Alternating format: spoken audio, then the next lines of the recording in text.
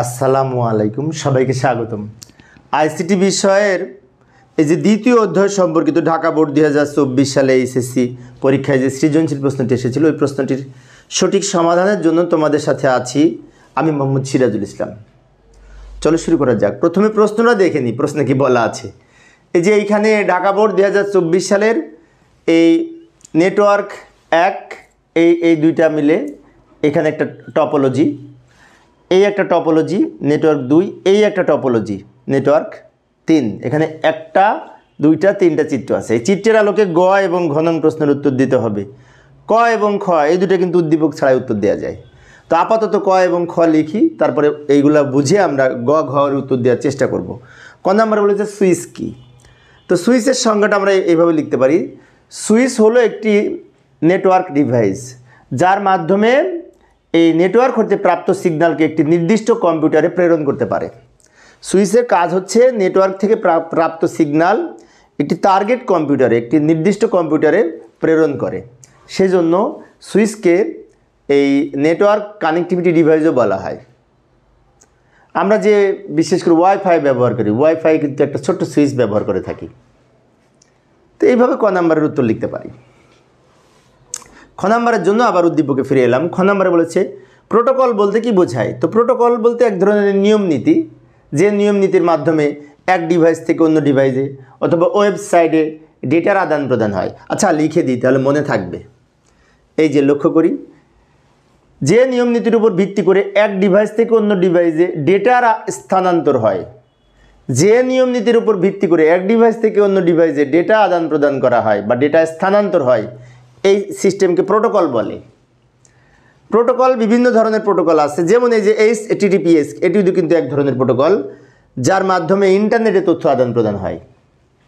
আবার এই যে HTTPর পূর্ণরূপ হচ্ছে hyper text transfer protocol. HTTP এর পূর্ণরূপ হাইপার টেক্সট ট্রান্সফার প্রোটোকল, আর এস এর পূর্ণরূপ হচ্ছে সিকিউর। তাহলে HTTPS এর পূর্ণরূপ হচ্ছে hyper text transfer protocol secure. আবার এছাড়া আরও প্রোটোকল রয়েছে FTP, ফাইল ট্রান্সফার প্রোটোকল যাকে বলে। এই যে FTP এর পূর্ণরূপ হচ্ছে ফাইল ট্রান্সফার প্রোটোকল। এগুলো বিভিন্ন ধরনের protocol. SMPT, simple mail transfer protocol. SMPT, simple mail transfer protocol. এছাড়া আরও রয়েছে এই যে VoIP, অর্থাৎ ভয়েস ওভার ট্রান্সফার প্রোটোকল। এগুলো হচ্ছে বিভিন্ন ধরনের প্রোটোকল। এছাড়াও আমরা আরও এই সম্পর্কে একটু ব্যাখ্যা দিতে পারি। এই যে আমি একটি URL দেখাই দিলাম, একটি ওয়েবসাইটের পূর্ণ ঠিকানা। একটি ওয়েবসাইটের পূর্ণ ঠিকানায় যখন প্রোটোকল ব্যবহার হয়, URL এর পূর্ণরূপ হচ্ছে ইউনিফর্ম রিসোর্স লোকেটর। এটি এমন একটি প্রযুক্তি যার মাধ্যমে ওয়েবসাইটের ঠিকানা শনাক্ত করা হয়। এবং এই যে HTTPS থেকে শুরু করে BD পর্যন্ত, www.dhakaboard.gov.bd, এই টোটাল যে ওয়েবসাইটের ঠিকানা, এটা হচ্ছে URL। এই URL এর বিভিন্ন অংশ থাকে, যেমন এই প্রথম অংশটা হচ্ছে প্রোটোকল। এইটা হচ্ছে প্রোটোকল। এটা হচ্ছে host name, world wide host যাকে বলে। আর এটা হচ্ছে ডোমেন নেম। এই .govটা টপ লেভেল ডোমেন নেম, BDটা কান্ট্রি কোড। এখন অনেক শিক্ষার্থীর মনে হতে পারে আমরা কিরকম বিস্তারিত দেখাবো। না, তোমরা এইটা অঙ্কন করে শুধু এইটুকু দেখালেই হবে, আমি একটু বিস্তারিত বুঝিয়েছি। তো প্রোটোকলে এইভাবে আমরা ব্যাখ্যা দিতে পারি, অন্যভাবে দিলেও হয়, আবার এভাবে দিলেও হয়। মেন বিষয় হচ্ছে যে এক ডিভাইস থেকে অন্য ডিভাইসে ডেটার আদান প্রদানের নিয়ম নীতিকে প্রোটোকল বলে। এটার ব্যাখ্যা মোটামুটি বুঝিয়ে দিতে। গ নম্বরের জন্য আবার সে উদ্দীপকে ফিরে এলাম। এবার গ নম্বরে বলেছে নেটওয়ার্ক 1 এর টপোলজিটি ব্যাখ্যা করো। নেটওয়ার্ক 1 মানে এই নেটওয়ার্ক 1, এইটা এখান থেকে শুরু করে এই পর্যন্ত। এখানে দুই ধরনের টপোলজি আছে। প্রথমটা হচ্ছে বাস টপোলজি। বাস, এই যে মাঝখানে একটা ব্যাকবোন, তার উভয় দিকে ডিভাইস, এটা বাস টপোলজি। আবার এখান থেকে এটার সাথে এটা পার্শ্ববর্তী রিংয়ের মতো দেখতে, এটা রিং টপোলজি। বাস আর রিং দুইটা মিলে যে টপোলজি, একাধিক টপোলজির মিশ্রণে যে টপোলজি তৈরি হয় তাকে বলে হাইব্রিড টপোলজি। তার মানে আমাদের হাইব্রিড টপোলজির ব্যাখ্যা দিতে হবে। তো যাই সমাধানের চেষ্টা করি। এভাবে লিখতে পারি, লক্ষ্য করি। উদ্দীপকের চিত্র 1-এ বর্ণিত টপোলজিটি হচ্ছে হাইব্রিড টপোলজি। হাইব্রিড টপোলজি কাকে বলে? একাধিক টপোলজির সমন্বয়ে গঠিত টপোলজিকে হাইব্রিড টপোলজি বলে। একাধিক টপোলজির সমন্বয়ে গঠিত টপোলজিকে হাইব্রিড টপোলজি বলে। যেমন এই যে এই ক্ষেত্রে উদ্দীপকে বর্ণিত হাইব্রিড টপোলজিটি ছিল এইটা। উদ্দীপকে বর্ণিত হাইব্রিড টপোলজি এটা, যেটি বাস টপোলজি, যেটি বাস, এটুকু বাস, পরেরটুকু রিং, বাস আর রিং নিয়ে এই হাইব্রিড টপোলজিটি তৈরি হয়েছে। সেজন্য আমরা এতে লিখলাম, এতে একসাথে কোনো অংশে স্টার, কোনো অংশে বাস, কোনো অংশে রিং বা অন্য কোনো টপোলজির মিলে এই টপোলজি তৈরি হয়। অর্থাৎ আমরা তো জানি টপোলজি 6 প্রকার, তাই না? Bus topology, ring topology, star topology, tree topology, hybrid topology এবং ম্যাশ টপোলজি। আর একাধিক টপোলজির মিশ্রণে যে টপোলজি সেটি হচ্ছে হাইব্রিড টপোলজি। তো এতে যেহেতু 3 মার্কসের প্রশ্ন, আরও ব্যাখ্যা দিতে হবে। এখন কি লিখব? এখন আমরা লিখব হাইব্রিড টপোলজির কিছু বৈশিষ্ট্য এবং কিছু সুবিধা, এগুলো লিখব। হাইব্রিড টপোলজির সুবিধা হচ্ছে এই টপোলজি বড় আকারের নেটওয়ার্কের জন্য সুবিধাজনক এবং এটি কোনো সমস্যা নির্ধারণ করা সহজ এবং প্রয়োজন অনুযায়ী এই নেটওয়ার্ক সম্প্রসারণ করা যায়। হাইব্রিড টপোলজির সুবিধা হচ্ছে আমি এইখানে এই বড় প্রতিষ্ঠান, যেমন একটা শিক্ষা প্রতিষ্ঠানের ক্ষেত্রে যদি বিভিন্ন জায়গায় শাখা থাকে, তাহলে এক জায়গায় প্রথমে এই প্রতিষ্ঠানে স্টার ব্যবহার করা হয়েছে, আবার তার টেনে আর একটা প্রতিষ্ঠানে নিয়ে যেয়ে অথবা আর একটা বিল্ডিংয়ে নিয়ে যেয়ে সেখানে আবার বাস টপোলজি হয়েছে, আবার সেখান থেকে আর একটা জায়গায় নিয়ে যেয়ে ট্রি হয়েছে। এরকম করে আমরা বিভিন্নভাবে এক্সটেনশন করতে পারি এবং বড় প্রতিষ্ঠানের জন্য এই হাইব্রিডটা খুব উপকারী। এবং এটা হচ্ছে সুবিধা। আরও কিছু সুবিধা রয়েছে হাইব্রিড টপোলজির। আরও যে সুবিধা সেটি হচ্ছে এই নেটওয়ার্কের কোনো একটি কম্পিউটার যদি নষ্ট হয়ে যায়, এই যে আমি লক্ষ্য করি, এই নেটওয়ার্কের কোনো একটি কম্পিউটার যদি নষ্ট হয়ে যায় তাহলে নেটওয়ার্ক সচল থাকে। যেমন এই একটা দুইটা মিলে হাইব্রিড টপোলজি তৈরি হয়েছে। এখন এইখানে একটা যে লাল কালার দিয়ে রেখেছে, এই কম্পিউটারটা প্রবলেম হয়েছে, নেটওয়ার্ক নেই। এটা না থাকলে এগুলোতে থাকবে, প্রবলেম নাই, এটা সুবিধা। আচ্ছা, আবার এই হাইব্রিড টপোলজিতে একটু অসুবিধা আছে, সেটি হচ্ছে এই টপোলজি ব্যয়বহুল। এবং লক্ষ্য করি হাইব্রিড টপোলজির কিছু অসুবিধা আছে, এই টপোলজি ব্যয়বহুল, কারণ বিভিন্ন ধরনের টপোলজি তো কনফিগার করা, ইনস্টল করা কঠিন। অর্থাৎ কনফিগারেশন করা এবং ইনস্টল করা একটু জটিল, কেননা যেহেতু একাধিক টপোলজির মিশ্রণ, এটা একটু অসুবিধা। তো সর্বোপরি বড় কোনো প্রতিষ্ঠানের জন্য হাইব্রিড টপোলজিটা খুব গুরুত্বপূর্ণ, একাধিক টপোলজির যেহেতু মিশ্রণ। এইভাবে আমরা লিখতে পারি মোটামুটি। আমি চিত্র সহ আলোচনা করেছি। চিত্র তোমরা যতদূর পারবে প্রথম চিত্রটি অঙ্কন করতে পারো, প্রথম যে অংশে আলোচনা করেছিলাম। পরবর্তীগুলো অঙ্কন না করলেও হবে, সমস্যা নেই। আমি বোঝানোর জন্য চিত্র দিয়েছি।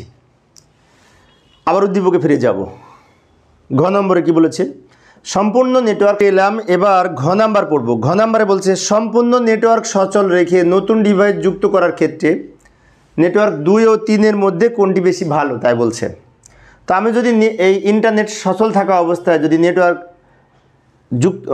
সচল থাকা অবস্থায় যদি নতুন একটা ডিভাইস যুক্ত করতে চাই, তাহলে এইখানে সম্ভব, এইখানে হবে না। কারণ এইখানে যখনই আমি এই লাইনটা বিচ্ছিন্ন করে দেবো তখন কিন্তু সব কম্পিউটারগুলো অচল হয়ে যাবে। বাট এইখানে যদি লাইন টেনে আমি নতুন একটা কম্পিউটার যুক্ত করি, তাহলে এখানে কিন্তু অন্যান্যগুলোতে এই হাবের সাথে অন্যান্য ডিভাইসগুলিতে কিন্তু লাইন থাকবে। সেজন্য এই ক্ষেত্রে এই প্রথমটি হচ্ছে 2 হচ্ছে স্টার টপোলজি, এটা হচ্ছে রিং টপোলজি। এই দুইটার মধ্যে এটা ভালো। এটা যে ভালো এটার ব্যাখ্যা দিতে হবে, এইভাবে ব্যাখ্যা দিতে পারি। লক্ষ্য করি এইভাবে আমরা লিখতে পারি। এই যে লক্ষ্য করি, একটু দ্রুত লিখছি সময় সেভ করার জন্য। উদ্দীপকের চিত্র 2 হলো স্টার টপোলজি এবং 3 হলো রিং টপোলজি। 2 নম্বরে স্টার, 3 নম্বর রিং। এই ক্ষেত্রে রিং টপোলজি এবং স্টার টপোলজির মধ্যে স্টার টপোলজি বেশি সুবিধাজনক, কারণ নিম্নরূপ। আগে আমরা এবার দেখব এই রিং টপোলজি কি, তার সংজ্ঞাটা আমি এখানে দিয়েছি। যে টপোলজিতে প্রতিটি কম্পিউটার নিকটবর্তী 2টি কম্পিউটারের সাথে যুক্ত থাকে, পার্শ্ববর্তী কম্পিউটারের সাথে যুক্ত থাকে, তাকে রিং বলে। যেমন রিংয়ের মতো একটার সাথে আর একটা পাশাপাশি যুক্ত থাকে। আর স্টার টপোলজি কাকে বলে? যে টপোলজিতে সবগুলো কম্পিউটার একটি কেন্দ্রীয় হাব বা সুইচের মাধ্যমে নিয়ন্ত্রিত হয়, মাঝখানে একটি কেন্দ্রীয় হাব বা সুইচ থাকে, চারিদিকে লাইন থাকে। তো এটা হচ্ছে স্টার। তাহলে স্টারের সংজ্ঞা, রিংয়ের সংজ্ঞা আমরা দিলাম।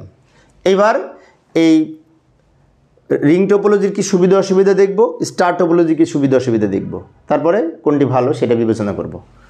এবার আমরা এই যে রিং টপোলজিতে কিছু সমস্যা আছে।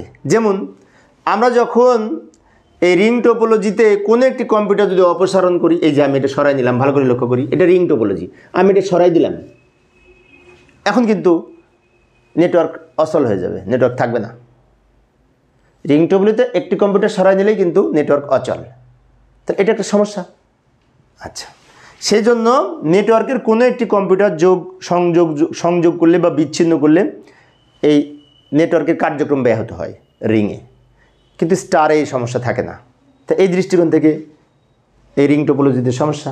আচ্ছা, আরও কিছু সমস্যা আছে রিং টোপোলজিতে, যেমন একটা যদি কম্পিউটার যদি অচল হয়ে যায়, আমি একটু দ্রুত লিখছি সময় সেভ করার জন্য, একটা কম্পিউটার অচল যদি হয়, এর মধ্যে কোনো একটা কম্পিউটার নষ্ট হয়েছে, এই যে রিং টোপোলজি নেটওয়ার্কের কোনো একটি কম্পিউটার সমস্যা হলে কোন কম্পিউটার সমস্যা হয়েছে এটা নির্ণয় করা জটিল।